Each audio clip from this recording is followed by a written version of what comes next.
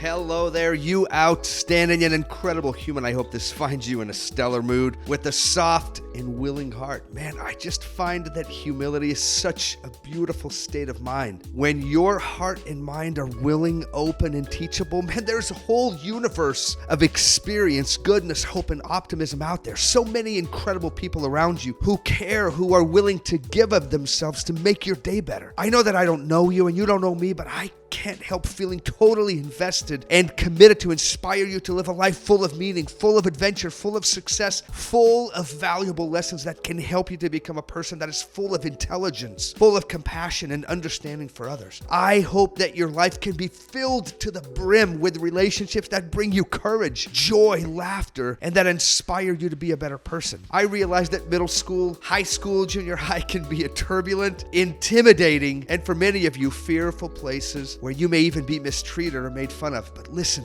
very closely. This current experience does not mean all future experiences. Sometimes your brain can get caught up in this type of thinking, but it doesn't mean it's true. In fact, it isn't true. And today I'm here to teach you some basic tools that you can utilize right now, starting this minute, that can improve your friendships and relationships. Now, I want to very quickly tell you about the latest research. Just about every long-term study of people, happiness, joy, and finding meaning in life has shown the same outcome. The best predictor of short and long-term happiness is the quality of your relationships. I'm telling you this because I want you to set your objectives and focus some of your energy in building, nurturing, and seeking out these relationships. I understand that some of you have been rejected, hurt, betrayed, lied to, used, or worse. But listen, this is one of those things that you just have to keep going back to. This isn't one of those things that we can say, man, Yuri, I have tried and I've gotten burned, or I'm just not a social person, or I'm shy, or people take too much energy, or it's too risky. My friends, I know it's risky. I know it takes effort. I know that for some of you, you may have to stretch yourselves a bit more than others. Your way can be different. Your style can be different than mine, certainly. But I want you to make a commitment in your mind to place yourself in places where people are, to seek out friendships and to work to maintain them. Please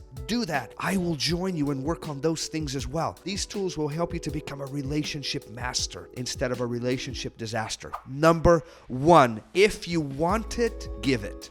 This is a basic relationship rule. We often think of relationships or friendships as places where we go to receive, to feel accepted, to feel loved, to feel understood, to be liked and respected. But I'm going to flip the script on you. Relationships are places where you go to give. Sink that in your mind. Go to give. And here's a secret. You'll get more back. So if you want respect, give it. Happiness, give it. Kindness, give it. Acceptance, give it. Understanding, give it. If you want fun, bring it. I think you get the idea. Don't go to relationships to be a taker, even though we do have to accept receiving from others as well, but go to be a giver. I'm challenging you to be known as a giver in your life, and you will indeed become a person of trust, someone who is highly liked and respected. By the way, just as a little side note, the very best research has also shown that being a deliberate giver in life is another one of those keys to just being happier. Number two, and my friends, this is really a spin-off of the first tip, and it's an absolute paradigm shifter, meaning this simple idea that I'm about to tell you shifts your perspective. I hope it scrambles your brain and redirects it to a better spot. Here it is. Stop seeking and obsessing about being valued by others and liked by others, and instead start being valuable to others. Do you guys remember that book by Dr. Seuss called Oh, the Places You'll Go? If you haven't read that in a while, man, I would highly recommend that. But in the middle of the book, the main person in the book is traveling at a breaknecking pace toward a most useless place of all, the waiting place for people just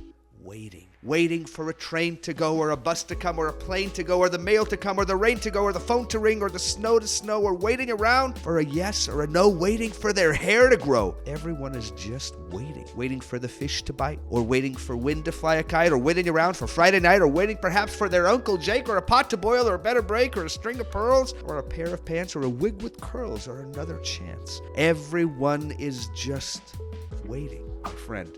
I have to break you out of this place. The waiting place is not for you, and I'll tell you why. Because it's out of your hands. And I want to help you to feel like you have more control over your present and future instead of less control. So when your brain gets stuck in the place of no one likes me, no one values me, no one will choose me, and of course other people's opinions about me are not in my control, I want you to reach for the very best of you, for whatever energy you have and you can muster up, whatever focus you can have. And I want you to turn that mind and body of yours to being valuable wherever you are, which, by the way, you can control. Remember that other people's opinions of you is their business. And I want you to take care of your business and find a way to be valuable to yourself, to others, and to whatever circumstance you find yourself in. Just ask yourself this simple question: how can I be valuable or fun or helpful right now? And watch your brain flood with simple ways that you can regain some control over your life and improve your friendships and relationships around you. Here's the cool part. When you are valuable to others, you are most likely to get the very thing that you wanted in the first place, which is to be more valued. Okay, last tool. Number 3, while you're waiting for the right person or the right people to become a part of your life, I want you to get busy becoming the right person. Look at the main areas of your life: physically, spiritually, mentally, hobbies, interests, skills, your education. And my friend, start